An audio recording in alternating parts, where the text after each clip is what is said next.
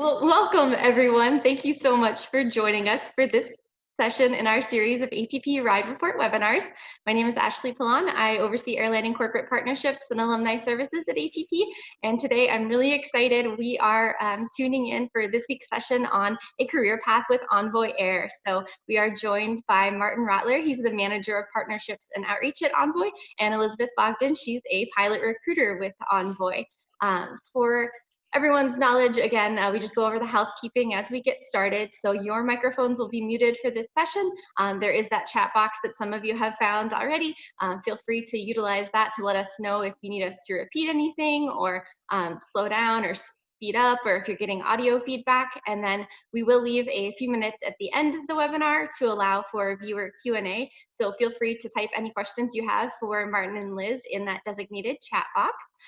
So for today, since we are talking with Envoy, we'd like to go ahead, and our poll this week will just be how many of you are already an Envoy Cadet, and how many of you are maybe tuning in that are interested in becoming one, and also let us know if you are applying or have applied, will be applying as an off-the-street first officer. So we'll give you about 30 seconds to complete that. All right, so it looks like we have some Envoy cadets. We have some that have applied and a lot of people that are interested in becoming one. So thank you for that. Give you about 10 more seconds. Okay, some off the street. So it looks like most of you are actually interested in becoming an Envoy cadet. So that's awesome. Thank you for tuning in. We hope that today Martin and Liz will be able to answer all of your questions. Absolutely. That's very exciting. So, with that being said, thank you, Martin and Liz, both for joining us today. We're really excited to hear from you. To start, our pleasure to be here. Thank you. Well, to start, we'd just like to hear a little bit more about your background. So Martin, maybe if you want to go first, and then Liz, if you can each just tell us a little bit more about your background and then how long you've been with Envoy. Sure. My name is Martin Rottler. I am the manager of partnerships and outreach for Envoy Air. I've been in this role for about a year, just over a year actually, and I oversee the Envoy Cadet program as well as our other outreach efforts in communities and with various different nonprofits and the like. I'm originally from Denver, Colorado. Shout out to anyone that might be on the chat from ATP at Centennial Airport in Denver, because that's my home airport. Got my CFI, went to the University of North Dakota, did a bachelor's degree there, also did a master's degree there, and then went to work as a faculty member at The Ohio State University for almost 8 years in Columbus, and was recruited into this role at Envoy to kind of help with university and flight school partnerships, of which ATP is a huge partner. So I do have CFI. I'm a commercial pilot. I've got about 500 hours of flight time and have been enjoying this fun ride that is education and management instead of taking advantage of the pilot side. But that's just what the opportunities have presented themselves, and I've loved every minute of it. So that's about me. Thank you. And Liz? Well, my name's Liz. I'm a little bit less exciting than Martin, but I'm from Ann Arbor, Michigan. So any Michiganders out there, I know that ATP does not have a location, but maybe someday, we'll see. I went to Western Michigan University for aviation, and then also got a BBA from Western Michigan in human resources. So I paired the two and did my focus in diversity in aviation and kind of the ways forward and how we can shape the culture at aviation. I started at Envoy around the same time as Martin, so just over a year ago I started at Envoy, and I was assigned to ATP as one of my schools to be the primary recruiter for, which I have absolutely loved. ATP is one of my favorite schools to go visit, just a lot of different people from a lot of different walks of life, which is very cool to hear their stories and get to interact with them. Awesome. Well, we love both of you doing visits and setting up all of these neat 175 fly-ins. So thank you for being such great partners. Absolutely, our pleasure. Thank you for being such a great partner, ATP folks. Well, our next question. So Martin, we'll give this one to you, Liz, first. Since some of our viewers have mentioned, a lot of them actually, that they're just starting in their professional aviation career, can you share some information on just your fleet, your hiring minimums, your bases? Yeah, absolutely. So our headquarters is in Dallas, Texas. So DFW is one of our bases, as well as Chicago, New York, and Miami. We fly the 175 and the 145. Little different changes of our fleet. We just retired 22 of our 140s, and we're getting 20 175s from Compass, and then 11 175s are out for delivery sometime in 2020. So we are growing the 175 fleet, and hopefully eventually we'll be a fully 175 company, but right now we still do rely on the 145 for kind of our shorter routes. Some of our hiring minimums for specifically our cadets, we like to hire you on pretty early on in your career. So once you have your private pilot's license, you can submit in an application on airlineapps.com with us. You do apply as the first officer. I know that's kind of weird, but that's ultimately what you're applying for. So we'll do an HR interview with you with just your private pilot's license, which is cool because you kind of get to feel out who we are as a company and feel out the culture of Envoy before you have to commit to anything. And then once you are a CFI and you have your commercial multi, you can do a full technical interview with us. That's going to be, we kind of do a mock flight on that. So it's like we look at the airport diagrams and route charts, approach plates, all Jefferson charts, and then primarily instrument-based questions with some multi-based questions as well. And once you are successful in that, we hire you on as a cadet instructor, where you would be working for ATP as a flight instructor, but you would be getting your paycheck through Envoy. So the benefits of doing that is you're an employee with us, so you get all the benefits of being an employee. So that includes your health benefits, your the profit sharing. You get priority in class. So first day of class, you are senior to everyone else in the class if it's based off of a different outside of the street hire. And so you get to pick your aircraft and your base in that lineup. As well as you get the fancy travel privileges. So you get to fly on standby for free.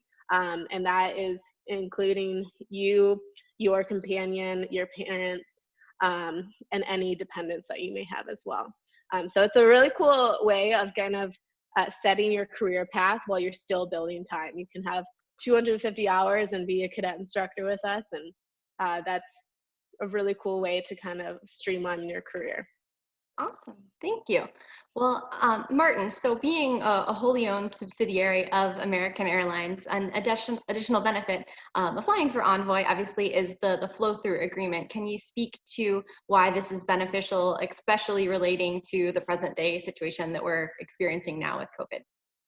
So being a subsidiary of American has a lot of perks. We've got the strength of the American brand behind us, as well as the American company policies and procedures that do feed down to how we operate and how our pilots operate in the cockpit on the day-to-day basis.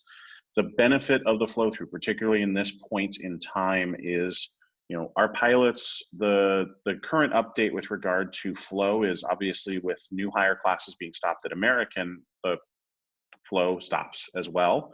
But when new hire classes start up again at American, Envoy pilots will be in that flow automatically. So when your number gets called, you automatically flow.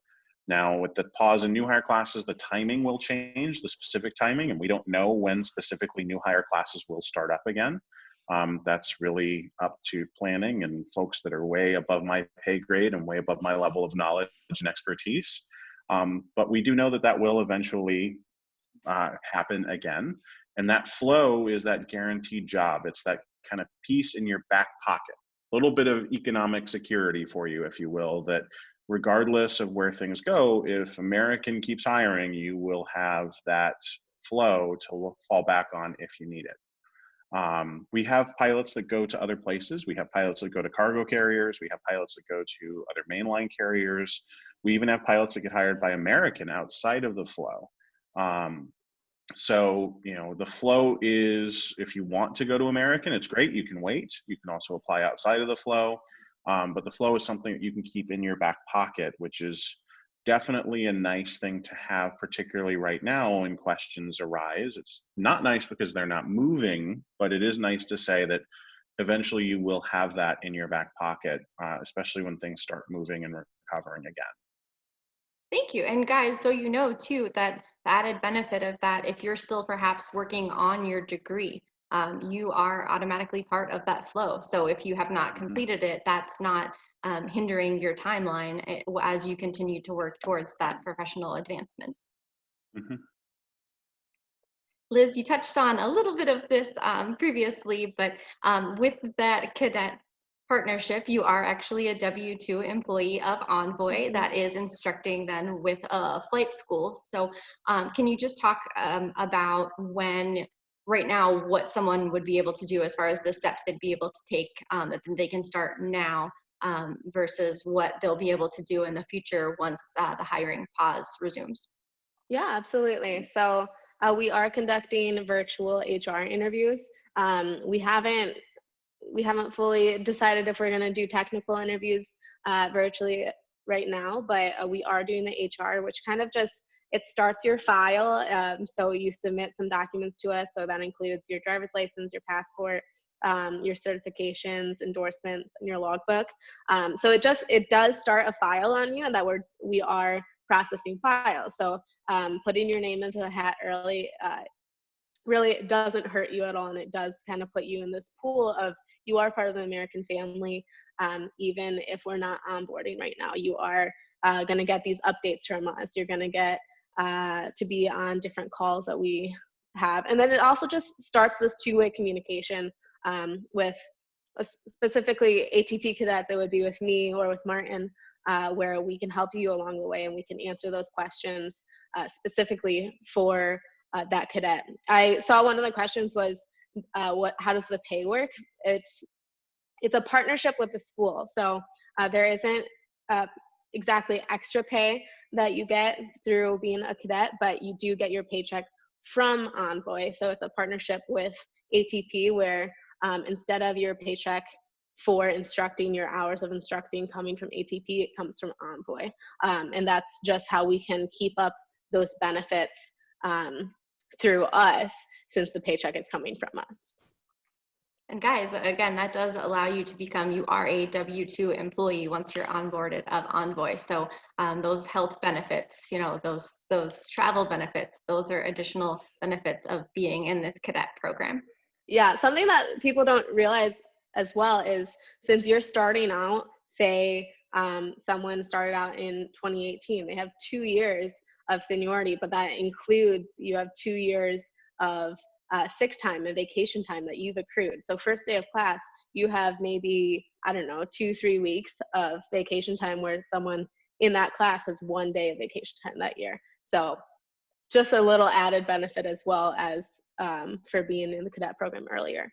For sure. And that company seniority is huge. I know that we had a cadet that we sent there that he turned 21 in ground school. And he said that if he had not been part of the cadet program for so long, he probably wouldn't have been able to receive the base and the aircraft that he was interested in. But because he had been a part of that cadet program, he picked first, and he was able to get located in Dallas, which was his ideal situation for him. So that is an additional benefit that I think is really important. That's part of your program. Absolutely. And Martin, we touched on this briefly with the flow through, but the interview that you complete with Envoy, and I know this is Liz, it's one of her favorite things to say, so I'm sorry, Liz, could potentially be your last airline interview. So for our viewers who are interested in completing this process in the future, can you just give a general overview of the interview process and maybe some resources that a pilot can utilize to prepare for the interview? Yeah, happy to. I mean, Liz kind of already answered some of this already in one of her earlier questions, but I'm happy to kind of reinforce that. Obviously, our interview process is 2 parts. One part is an HR interview. The other part is a technical interview. The HR interview is part of those tell me about a time questions, and basically we're looking for the rounded person part of you, is to make sure that you are a well-rounded individual, looking at how you handle certain situations, how you handle certain circumstances. And so with that piece of the HR, or with that piece of the interview, the HR piece, obviously knowing a little bit about the company is important, so you can answer questions about the company that may come up or why you want to work for the company. Also having a clue about yourself. I mean, take a few minutes to think about interview prep and to think about what it is that you are saying in an interview. There's a lot of different guides out there, and the HR interview is very much like a normal job interview that you do somewhere else. We just throw a little bit of aviation flair into it with some of the questioning. So, interview prep is great. The STAR model for interview questions is great for that. For the technical interview, we have some interview prep materials that are available online. ATP obviously also has some great materials as well. But the key biggest thing that we see with interviews as well is the Jeppesen chart review. So obviously one of the biggest things that we recommend is review your Jeppesen charts. We have the ability on our technical interviews to ask questions about any airport in the United States and ask questions about Jeppesen's or any Jeppesen chart in the United States. So with that, make sure you're not just looking at Dallas. Make sure you're not just looking at New York or Miami or Chicago. We have interviewers that will pull up charts for Seattle. We have interviewers that will pull up charts for random airports in Florida and ask questions about that. So the recommendation is, instead of studying just one airport, make sure you're looking at the legend and make sure you're looking at the glossary that's available online for Jeppesen charts. Because we will cover the gamut of charts, including SIDS and STARS, which is an area that's not typically covered as much in small aircraft flight training. So, with that, I do recommend taking a look at the Envoy webpage, which is Ashley is pulling up on the screen right now, and you can see. And that's kind of the piece of what we're looking for with regards to both the technical and the HR. We're looking to make sure you are not just a licensed, competent pilot. We're looking to make sure that you are someone that's going to make really a great Envoy pilot, that's going to represent the company well, that's going to represent themselves to our customers well. So with that, I encourage you to take a look and prepare and double check and make sure that you are ready for the interview, regardless of what manner it may look like in the time when you do it, or at the time when you do it, whether it's a virtual interview, which we've been doing. And I've seen and heard some hilarious stories of people that have done virtual interviews, of things happening in the backgrounds, of people standing up when they're wearing a nice shirt and not wearing any pants. Those crazy things. So regardless of whether it's in person or online, just make sure you're prepared overall. And I think one of the biggest things I always recommend to people when they're getting ready for job interviews is, before it gets started, just make sure to take a deep breath as well. Because that'll help kind of calm your nerves and get you ready and get you mentally prepared. Perfect. Well, thank you for sharing all of that advice. So now we're going to move on to the section that might be questions that pertain to some of our instructors who are actually already in the Envoy Cadet program. So Liz, can you talk about how Envoy Air has been impacted by this pandemic, specifically as a wholly owned subsidiary of American? Yeah, absolutely. Pandemics aren't really, can't be really predicted, and we kind of are playing it as we can, and a lot of it's based off of external factors. So we get a lot of questions of like when and how long and what do you think about, and it's all just speculation at this point, where we do our best to keep you as informed as possible. And I think that Envoy and American has done that. Where whenever they get a piece of information, either if it's from the CDC or some kind of data of demand, where we are able to process that and be able to analyze that and kind of give that information out as soon as we can. I think Envoy's done a good job of that. How that affects cadets, though, is it kind of puts you on a holding pattern. Like we're frozen in our hiring right now. And for those of you who are still building time, great, perfect, keep on doing that.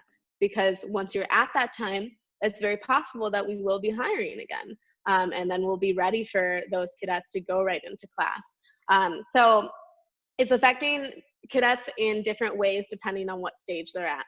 So for our cadet instructors who are not at their time, great. Keep on doing what you're doing, keep on flying, keep on instructing.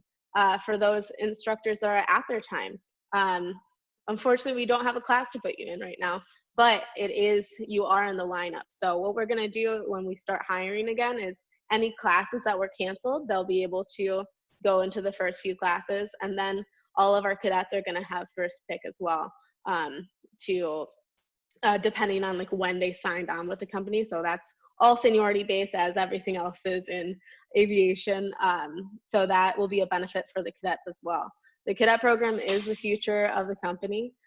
People have said that over and over again. Our VPs have said that, and we truly believe that. So we value our partnerships with different flight schools, and the reason for that is because we get the results that we are looking for from those flight schools. The percentage of pass rates is much higher from those. It's in the high 90s of those flight schools that we're partnered with, in comparison to someone that's not maybe in that learning environment. So even for those people who have met the 1,500 hours, keep flying, keep current, keep in that learning environment so that when you are going to class, you are fully prepared to take on what we're going to throw at you in training. That being said, we understand that the pandemic is hard, and we work with our cadets case by case, and that's why we are here for you, and we are having this two-way communication with you so that we can keep you as informed as we are. We're trying to be as transparent as possible because that's really all you can do right now. We're in this together, and I know that that's probably getting annoying to hear by now because everyone's saying that, but it's true. It seems like we're having recessions in about every 10 years-ish, and it's another recession, and we're gonna jump back on. Aviation won't go away. So the biggest thing is just keep on doing what you're doing, keep on flying. This is an amazing industry to be a part of, and we want you to be a part of it with us. Thank you for that. So Martin, Liz touched on this, but can you speak a little bit more about how this has impacted the cadet program, and maybe what happens if a pilot reaches 1,500 and separates from their partner school in terms of employee benefits, and then what other options they might be able to pursue? So obviously the hiring freeze for the entirety of American, including its wholly owned subsidiaries, is having an effect on what we can and can't do. So we are not able to onboard new cadets right now. We are pushing every day. I have this conversation with my leadership to say, hey, reminder, cadets, they might not pay off now, but the payoff for you all is in the future when we will need pilots. And as Liz mentioned, we will need pilots. I saw a Q&A or question come about retirements. American is set to retire a significant portion of their pilot base in the next 5 years. So even if stagnation occurs and American emerges as a smaller carrier, they're going to need pilots at some point pretty soon, just based on the retirement numbers. So with that, I look at the numbers and I am cautiously optimistic about that we will be able to start hiring to keep feeding into that, because it's entirely possible that you all that are sitting here on this call would be flying for American in the next 5 to 10 years, even with a pause in hiring. So with the cadet program effects, for those that are still in the program, nothing is changing, and nothing is forecast to change. We get updates once again on a day-to-day basis, and things do change on the day-to-day basis. But for those that do reach the ATP minimums and are separated potentially from your flight school, there are a few options. We will handle those individually, kind of based on your circumstances, but overall, we encourage you to keep flying. Once again, that flight instruction piece pays off when it comes to training. In particular, that pass rate, Liz mentioned it before, about 96% or so of our pilots pass training on the first go round when they get hired new. Last year, it was 99% of Envoy cadets pass training. And the year before that, 100% of Envoy cadets pass training. So it's an important piece to this, that the flight instruction key because it does pay off, and the data shows that that's the case. We do encourage you to keep flying, but for those that may be separating, once again, individual case-by-case basis, we encourage you to talk to your recruiter, and I'll be involved in that as well. But we really prefer that you, when we say don't fly for a Part 135 carrier, whether that's cargo or passenger service, but if there's another Part 61 or 141 flight school or a Part 91 operator that's out there, you can fly with those. But once again, case-by-case basis, be in communication with Liz, your recruiter, to be able to keep that line of communication open to make sure to get an update. Because one of the key things that we have to do with this is when we bring on a new pilot, and when airlines hire a new pilot, they have to submit what's called PREA paperwork, which stands for the Pilot Records Improvement Act. And PREA paperwork is pretty a big deal for us to process and for flight schools and other employers. But every employer that you work for as a flight professional has to get a PREA. So we want to make sure that we are tracking that. We want to make sure that we are sending PREAs to the right folks to minimize the time that you have when we do bring on new first officer classes, so we can get you in the earliest class possible during that time frame. So it's a paperwork processing piece on our end, but it hopefully will help streamline the process for you when we do bring people on again to get hired on as quickly as possible. And as a matter of fact, as people reach their 1,500 hours, and actually a couple hundred hours before that, we are starting the paperwork process to transition you to a first officer. We won't obviously have class dates, but we want to make sure your paperwork is up to date. Now that paperwork is good for 6 months. We aren't sure when new hire classes are, but we want to make sure, just in case we have to offer a new hire class sooner rather than later, that we are ready to go. If we reach that 6 month point and we have to refresh the paperwork, we'll refresh the paperwork because there might be something within the next 6 months. So, you know, you'll see every once in a while someone will say, oh, I had to fill out PREA or other paperwork for Envoy. It's not because we're hiring necessarily right now, but it's more so that we are keeping your paperwork fresh so that when the time comes that we do start making phone calls, you will be streamlined and ready to go.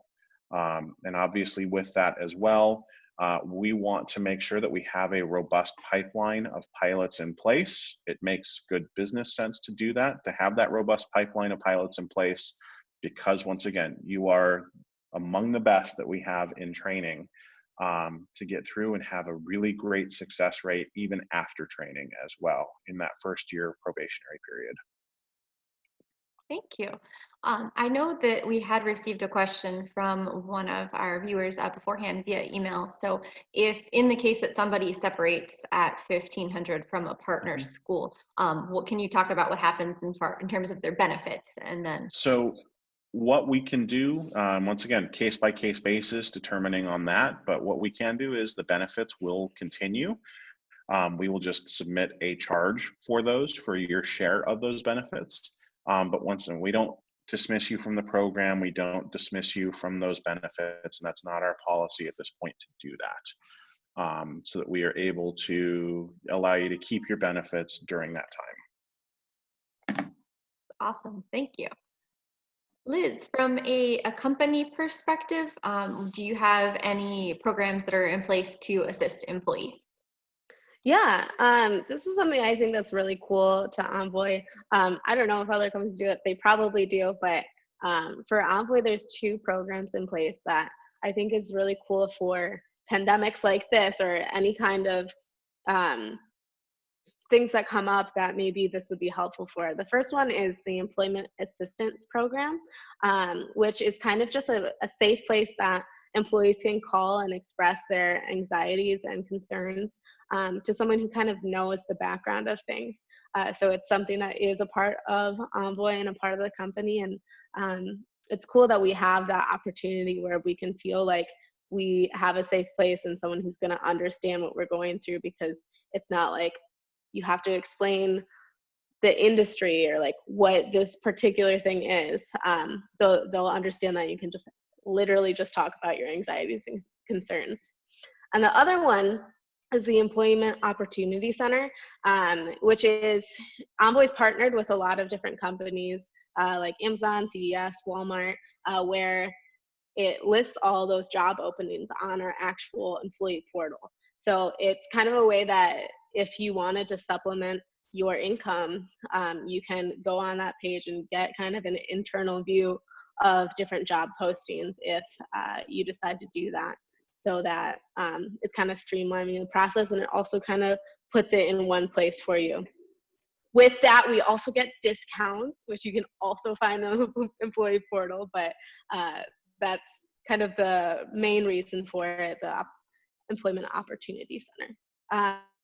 But with that, there's also just the amount of communication that has been streamlined down the chain of command has been really nice. It's not exactly a program that's in place, but it's, I think that American's done a very good job of promptly telling us different information that they get as soon as they get it. So. Thank you. Next question is for Martin. Can you talk about what percentage of Envoy's fleet is presently flying, and are there any upcoming changes, maybe on June 3rd, to that percentage? So I was just trying to look and see how many flights we operated today. If you saw my face blinking back and forth as I was pulling up screens, and I wasn't able to get to it before the question got answered. But we had at one point a good portion of our fleet grounded. And that was on temporary storage that the aircraft were awaiting service. That said, we have a memo that came out from our basically Chief Operations Officer, D. Temples, says come June 3rd, our aircraft will be flying and we'll be cycling through the system. We will also be bringing those 20 Compass aircraft on board in the coming months as well. The first couple of planes have flown to our maintenance facility in Abilene, Texas for retrofit and compliance checks with our fleet standards. And those will enter the fleet soon, and it's anticipated that the rest of the Compass planes will enter the fleet as well. The new deliveries that Liz mentioned are expected. We're expected to have at least 6 come this year. That number is in fluctuation depending on international travel and international travel challenge, or not travel challenge, but travel restrictions. The new aircraft, Embraers, are built in Brazil, so we have to actually fly down to Brazil to take delivery of those aircraft. At this point in time, that's not allowed. But once that will be allowed again, we will obviously have to fly down, pick up those aircraft, and have them join the fleet as well. Flight hours wise, we're seeing an increase in flight hours in the month of June. We picked up some flying, especially in the Dallas area. And American's kind of larger scale business strategy is to really focus on some profitable hubs for the company. And right now, those 2 profitable hubs are Charlotte and Dallas. Obviously, we don't have any flights that, or we don't have a base in Charlotte, but we do have our primary base in Dallas. So a lot of our flying has been Dallas based. It's anticipated, you might have read in the news that the Miami hub had been shut down. That will be building back up again, and we hope New York will come back at some point too, and New York flying has been pretty limited as well. Once again, we're taking it on a day-to-day basis, but right now we are anticipating flying more of our fleet and taking on more block hours in the month of June, in addition to hopefully more flying in July. And that's something that our company is working with American on to hopefully push forward. Perfect. Thank you for that insight. So with that being said, Martin, can you discuss what the future of pilot hiring looks like at Envoy? Once again, I'm just going to pull up a big question mark over my head. No, so obviously we are in this holding pattern, and pilot hiring is dependent on demand and dependent on how many people are flying. So it all ties back to people getting up in the air again. And we are hoping that that demand is starting to creep back. We're seeing a little bit of that. So the future of pilot hiring right now, at this exact second, if you wanted to get a job with Envoy, you can. So there's nothing right now. because we are under this hiring freeze. But I've mentioned before the mandatory retirements at American. Other major carriers are going to be facing similar challenges with mandatory retirements in the future, just a little bit more delayed than American.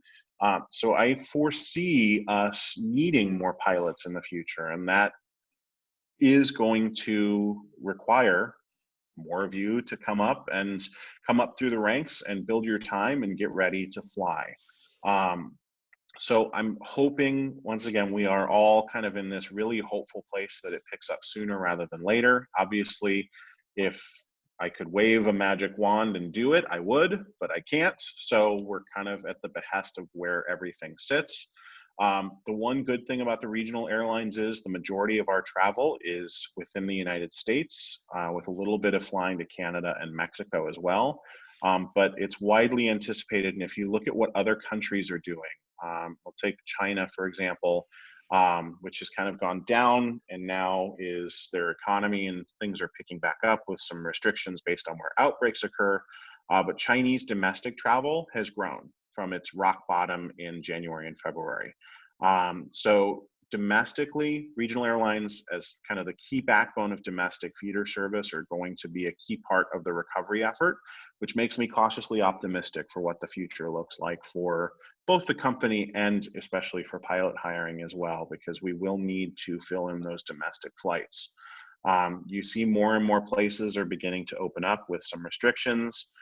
With return to business, I think if you look at different places, that's going to be a key metric to look at as well. Leisure travelers are coming back.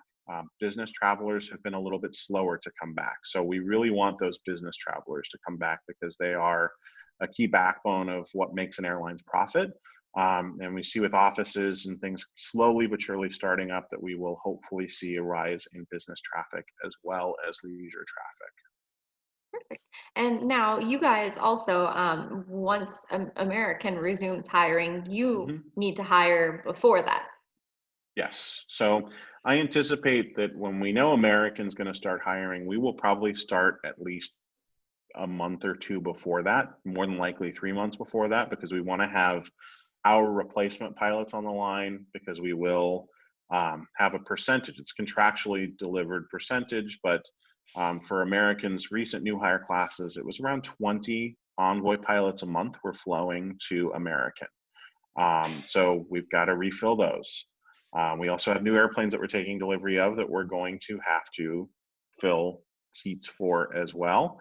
We're looking at a net positive, even with the retirement of the Embraer 140s, with the new Embraer 175s coming on, we're going to increase with a net positive ideally. So that's where we're at with that kind of step in the process. Thank you. And I know that you had mentioned this a little bit before, but as far as once hiring resumes, what are Envoy's plans? And it does also look like we have someone that, thank you for your service, Gregory. He asked about the process for transitioning maybe military who want to fly. So can you just talk about which, the different categories, when hiring will resume, being cadets and off the street hires?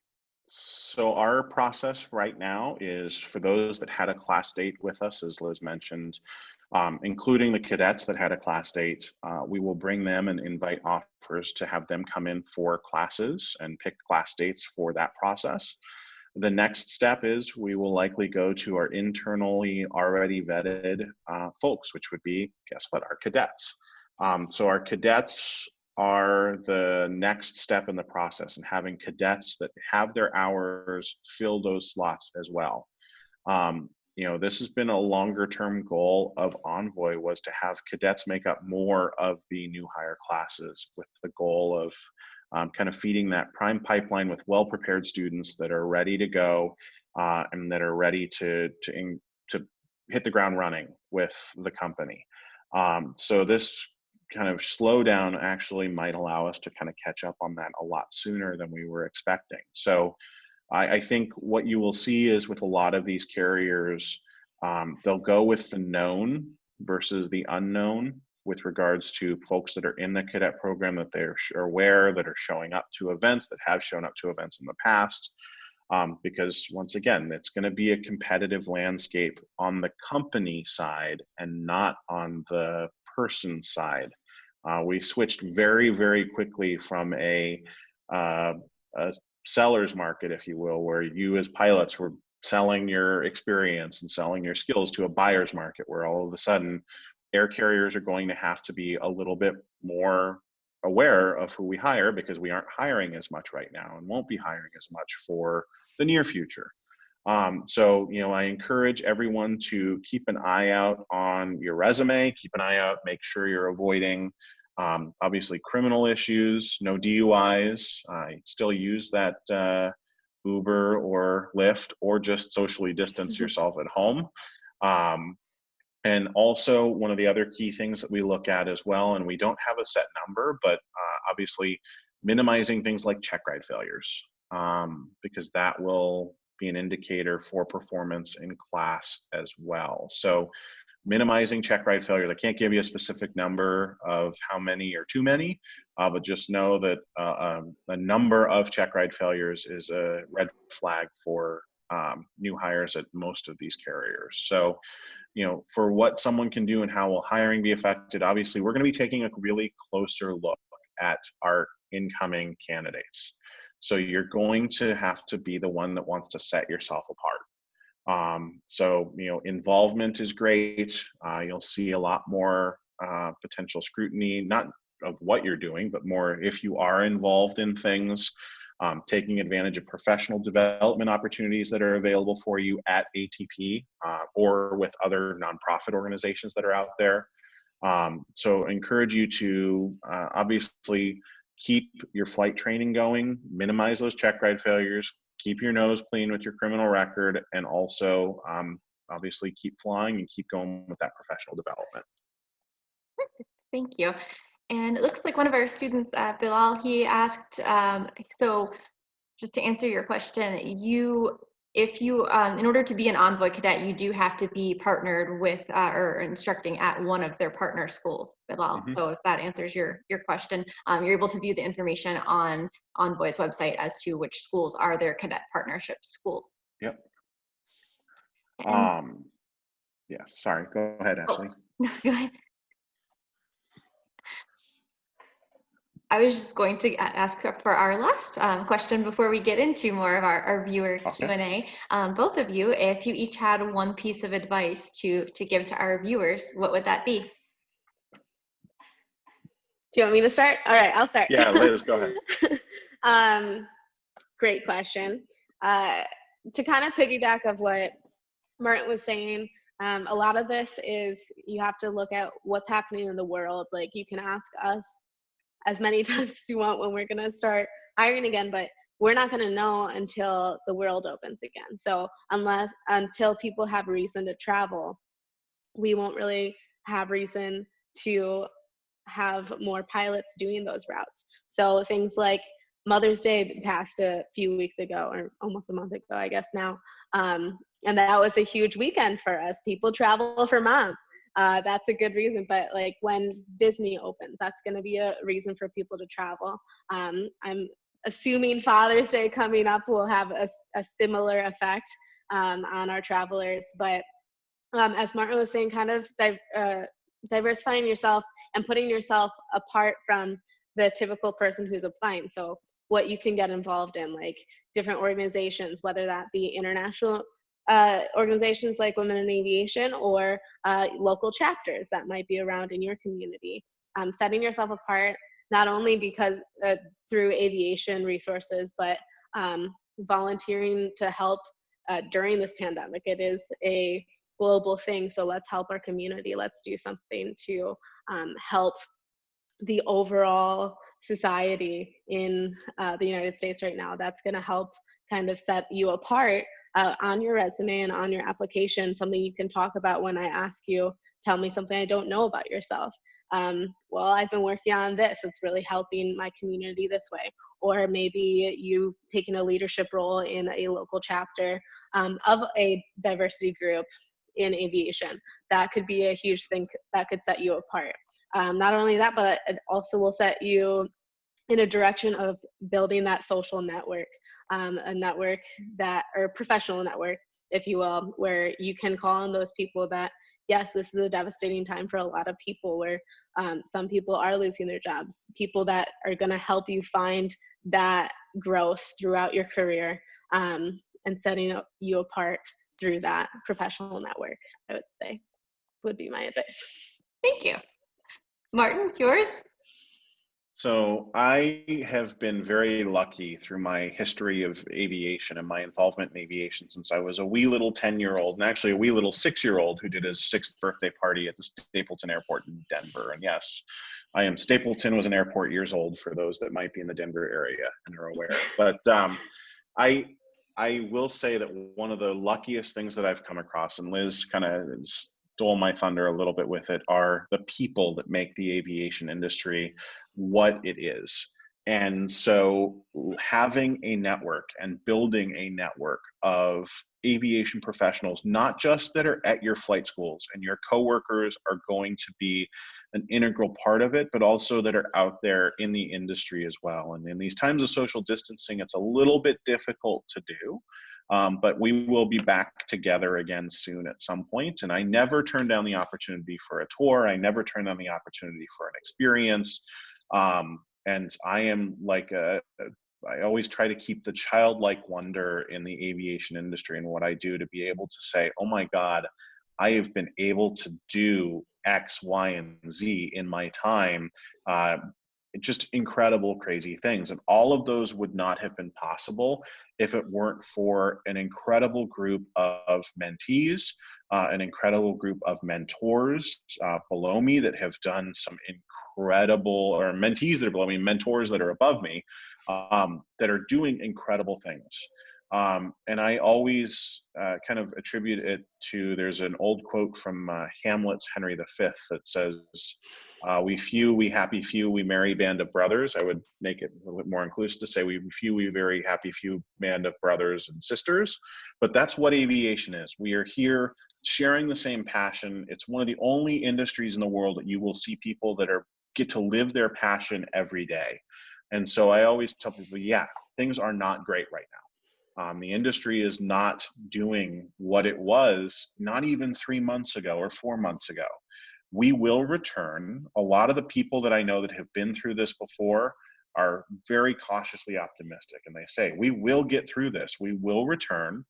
The path that you had to find yourself on in January is not the path that you will find yourself on in June. And that's okay. Fortunately, and hopefully along the way, you will get the help and advice of the people that are around you. You'll get the help and advice of your mentors that are out there in the aviation industry already, and get that kind of helpful little piece to say, yeah, I'm going to make these steps today to set forth what will happen tomorrow. What happens, we don't know. But one thing I recommend, and the people and the organizations that will succeed coming out of this are those that take this time, this pause, to prepare themselves for when things are going well. So do one thing every day that prepares you for that next step in your career path. Do that one thing that makes you a little bit better of a person moving forward.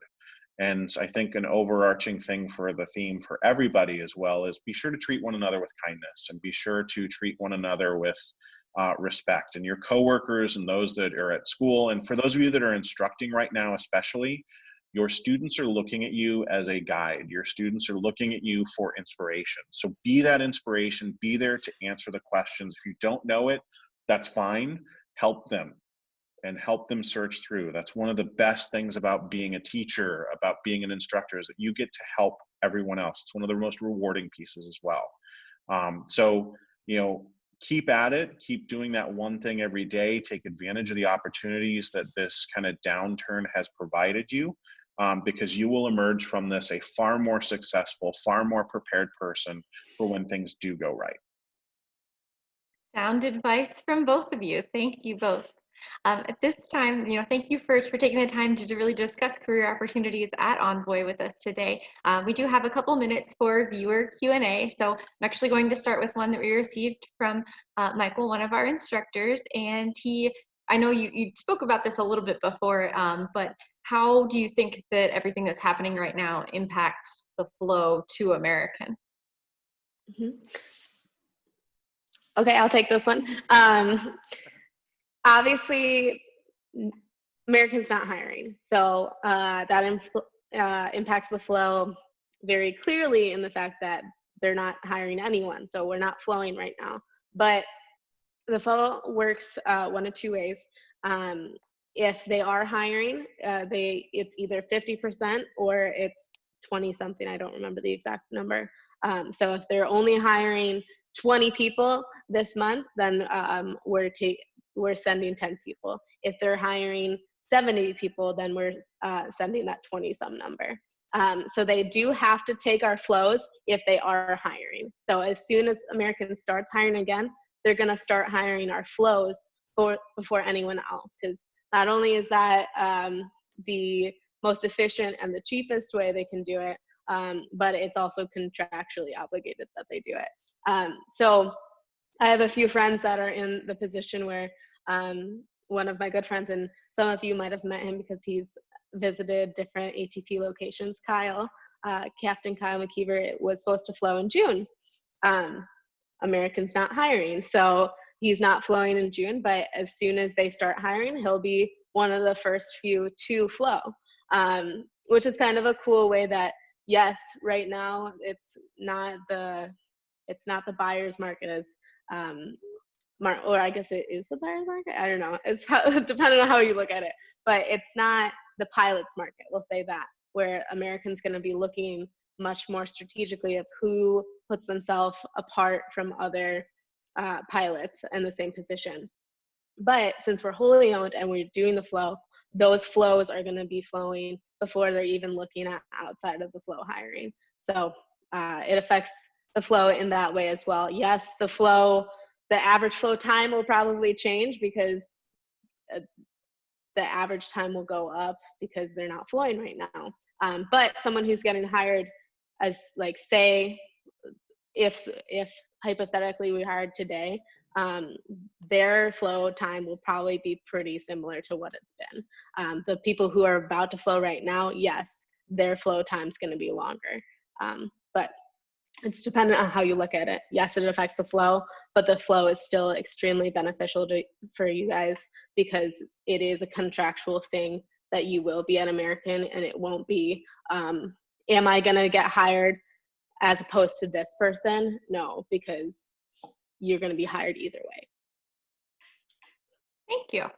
It looks like we have another one from James that he's just asking, do you have to live at base or can you commute? So I'll take it because we're switching off. Sure, we'll take it. As a cadet, you are supposed to live with your flight school and be at your flight school on their regular schedule. But as a first officer and as a captain, you are allowed to live anywhere in the United States. We even have some international, although I'm guessing with the current travel restrictions, that's probably slowed down a little bit. But we do have the ability to commute. As a matter of fact, about 60% of our pilots do commute to their base. So if you really like where you live and you are up to commuting, that's one thing that you are allowed to do.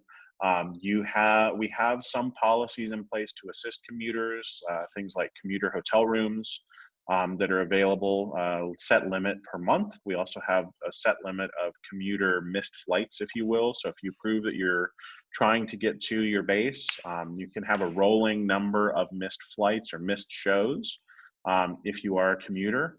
And it's ultimately going to be a decision that you're going to have to make between you and your family when you do start flying for Envoy or for the other carrier of what your quality of life is going to look like. And there's something to be said for being able to drive to the airport and get on a plane and go start your day, or something to be said where you live in a place that you love the community, you love the schools, you love things like that.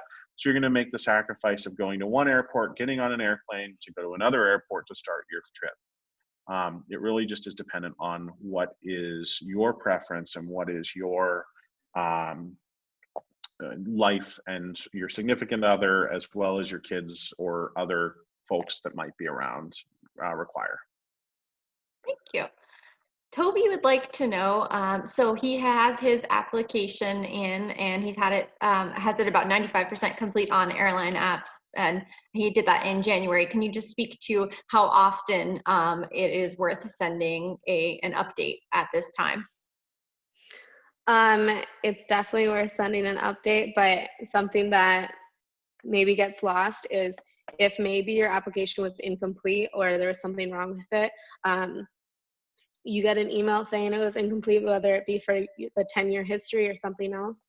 If you update your application in any way, please email someone so that we can pull it out of whatever folder it's in. So if, say, Toby completed his application in January, say his application got put into this file where it's incomplete applications or application awaiting something, and he updated it and didn't tell anybody, then it's just going to sit there until he tells somebody. So please email someone. I can put my email in the chat just so we can pull that out of whatever file it's in right now.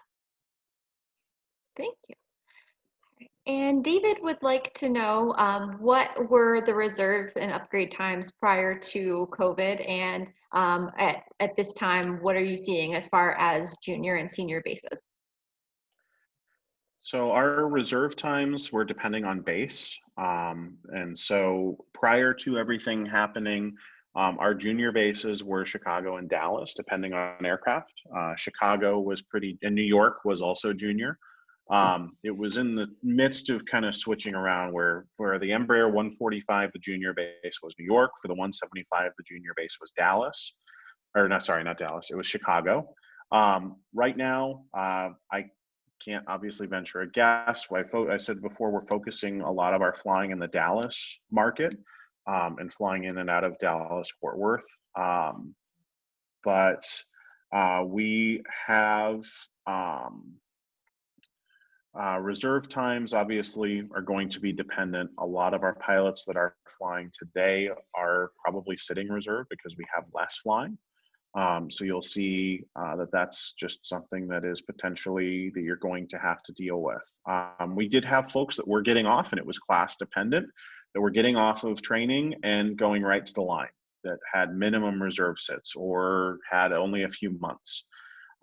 Especially today, and as things are ramping back up again, you might have heard of stories of other carriers, including Envoy, that people were getting out of training and going right to the line.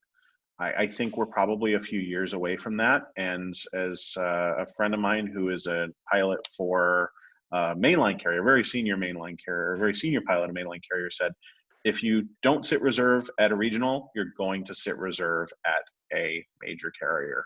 Just going to be there. So just plan on having to do it and then be pleasantly surprised if it doesn't happen. But it's probably going to be just a realistic fact of life that you will spend part of your career sitting on reserve, both at the regional carrier and at the mainline carrier. Thank you. Guys, it looks like we probably have time for about 2 more questions. So we briefly mentioned this, but we'll just go over it again so everyone's aware. What are, in terms of selection of equipment and also your base, how does a cadet compare to somebody that was an off-the-street first officer? In terms of choosing plane and base? Mm-hmm. So it's based off of seniority. So in your class, you have a list of who's like senior to everyone else. So cadets pick first, and then after cadets, it's a pilot that had previous 121 experience. And then after that, it's totally based off of age. So one of the many benefits of being a cadet is if maybe you are a younger person who is joining class, you wouldn't be at the bottom of the list. So a lot of my friends who joined Envoy right out of college that might not have been in the cadet program, they had to pick very last in their class because they weren't a cadet, they didn't have 121 experience, and they were young. And so they had to pick, they just kind of got what was left. So whatever base and whatever plane was left. How that works is we need this many 175s in Chicago and this many 145s in New York and this many, so on. And then you go down the list of, I want the 175 in Chicago, or whatever you do on that's offered that class. So for cadets, that's based off of when you signed on as the cadet in that order, then the 121 time, and then just based off of age. Thank you. And our last question, so if someone perhaps is approaching ATP Mins and wasn't part of the cadet program, are you still reviewing applications for future interviews? Yes, we are. We have our in-office or our internal recruiting team is still reviewing applications for off-the-street hires as well. Those are going into a pool for when we do start interviews again for hiring. So that is something that is occurring on the day-to-day basis, that we still review applications, and we do encourage you to get your application in as well for that, so that we can review it, hopefully address any challenges once again, and hopefully have making sure that streamline option is there for you to get that interview started when we have it come. Perfect, thank you. Well, we are approaching our hour, guys. Liz, Martin, thank you so much. We're so grateful you were able to join us today to share your insights and updates on what's going on with Envoy and the industry in general, and for all of your great advice that you've provided to our students, instructors, alumni, and other viewers. So thank you both. We really appreciate it. Thanks for having us. My pleasure. Thank you for having us. Good luck, everybody. Stay safe and healthy. Thank you. And so for our viewers, you can view upcoming information sessions on different webinars at atpflightschool.com/webinar. For more information on Envoy, you can go to envoyair.com. And we hope everyone has a great weekend. Stay safe and fly safe. Thank you.